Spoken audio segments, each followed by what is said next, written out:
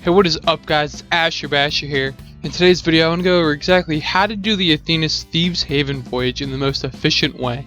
Now, I know you may think this will be like other videos on YouTube, but I'ma bet you're wrong, because I'll be sure to provide accurate statistics and helpful tips on how to do the Thieves Haven run with speed. It's important to note that this guide is for a brigantine or a galleon. I apologize to you sloops out there. Without further ado, let's jump right into it. So the very first step to completing the Athena's Thieves Haven voyage is becoming a pirate legend. If you're not a pirate legend yet, which is just hitting level 50 in 3 factions, I would suggest checking out some of the other tutorial videos on my channel, which will give you helpful tips and tricks on how to become a pirate legend quickly. So if you do happen to be a pirate legend, my first tip, as you will see with many of my tutorials, is to check for Reapers in your lobby. It will make it much easier for you, especially since this voyage takes place near the Reaper's hideout, and will mean that the Reaper's boats will be all around that area. If there are any Reapers in your lobby, my suggestion would just be making a new lobby. It may take some time, but I promise you it's going to save you a lot of time and money in the long run. So after you've checked for Reapers, you actually need to buy the voyage itself. To do so, you gotta head over to Duke at any tavern, and you want to go to his menu and click on the black market and buy yourself the Athena's Run of Thieves Haven. It'll be in the black market, not in the black market archives. It's going to cost you 50 doubloons to buy the voyage. Now, if you need doubloons, I would suggest doing commendations, which will grant you more than enough to buy these things in the future.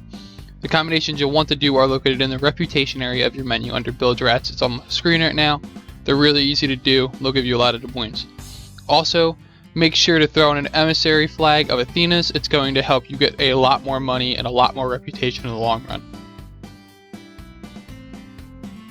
So once you propose the voyage, the first part of the quest is going to take you down to Thieves Haven, which is in the south part of the map. Make your way down there and start the first part of the quest, which will just be digging up some X's on a treasure map. Now is a decent time to break down what kind of rewards you can actually get from the Thieves Haven run. So from this part of the quest, which is just digging up the X's, you can get the following items, which I've made a list of in common to the rarest items.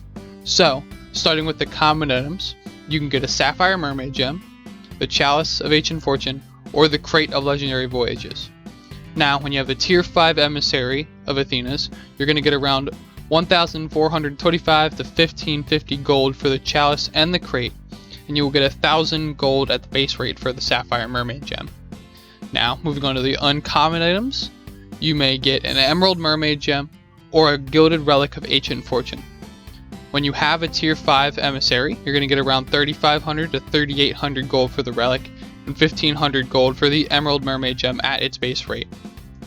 Next, the rare items you're going to find are the Ruby Mermaid Gems and the Keg of Ancient Black Powder.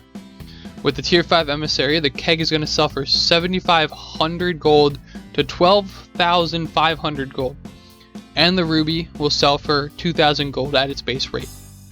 Finally, there is a chance of you finding a Chest of Legends, which is ultra rare, which at its level 5 Emissary, it can sell from 10,750 gold to 17,500 gold.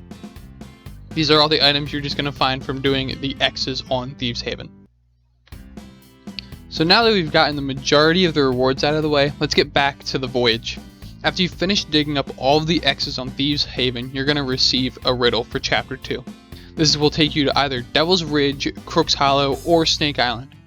Now, here is where some of the efficiency finally comes into play and will save you a lot of time in the long run. Before you leave, you're going to want to have 2 members of your crew jump onto Thieves Haven, while the other members of the crew begin making their way to the next island. Why would we leave people on Thieves Haven? Because you're going to have to go back there after you're done the riddle. So, what you want to do is designate one person in your crew to be the person who will stay on Thieves Haven for the rest of the voyage.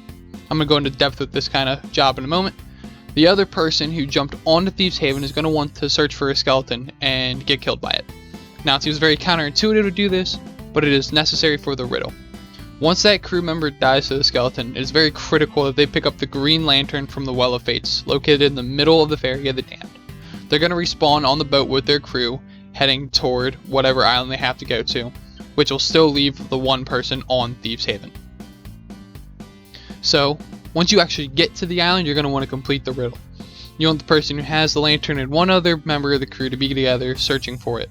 If you're in a galleon, you can have the final member of the crew stay on the boat, which there's going to be raising the sails and anchor so you can be ready to leave. It's not a crucial part, but it does save you quite a bit of time in the long run. I know for me personally, we've done this quite often. It will save you a bit of time in the long run. Once you've found where to dig, and you actually start to dig up, the treasure chest skeletons are going to spawn. The notable one will be a green skeleton, which has the same properties as a shadow skeleton. It's going to be immune to all of your hits and shots unless you shine a green lantern on it, which is where that one person with the green lantern will come in handy. Killing that skeleton is going to either drop a skull of ancient fortune or a villainous skull of ancient fortune, which will sell for a pretty penny. The riddle will have you dig up a treasure chest, which will typically have Devil's Roar items inside, but can also have some Athena's loot. As soon as you dig up the treasure chest, the next chapter of the quest is actually going to begin, which goes back to Thieves Haven. While you're digging up the chest and killing a skeleton, the lone survivor that were left back on Thieves Haven can begin searching for all of the items and putting them on the shoreline. Now, it's unlikely that they're going to be able to find all of the 6 items by the time you get back there with the ship, but it does give you a great head start and it's going to save you a ton of time. They might be able to dig 2 or 3 chests up, so by the time you get there, you're just going to have 2 people jump on the island, find the other ones, and you will save 10 or 15 minutes out of this quest. It is amazing. It will save you time, trust me. After you return to Thieves Haven and dig up all those X's, you're going to receive another riddle telling you to go to one of the 3 islands again. You still want to leave one person on Thieves Haven, preferably the same person that was already there, as you will have to go back there one more time. You also want to have one person kill themselves with fire at some point before reaching the new island to get the red lantern. Obviously, fire bombs are going to be the best tactic for this.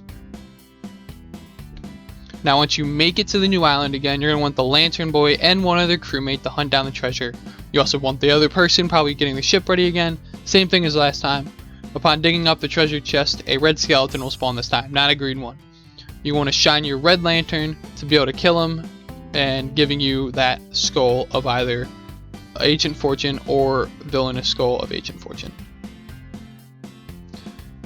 For the final part of the voyage, you're going to return to Thieves Haven one last time to dig up 9 items.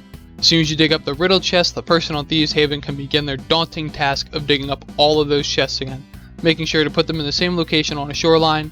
At some point while digging, a skeleton with an Athena's keg will spawn.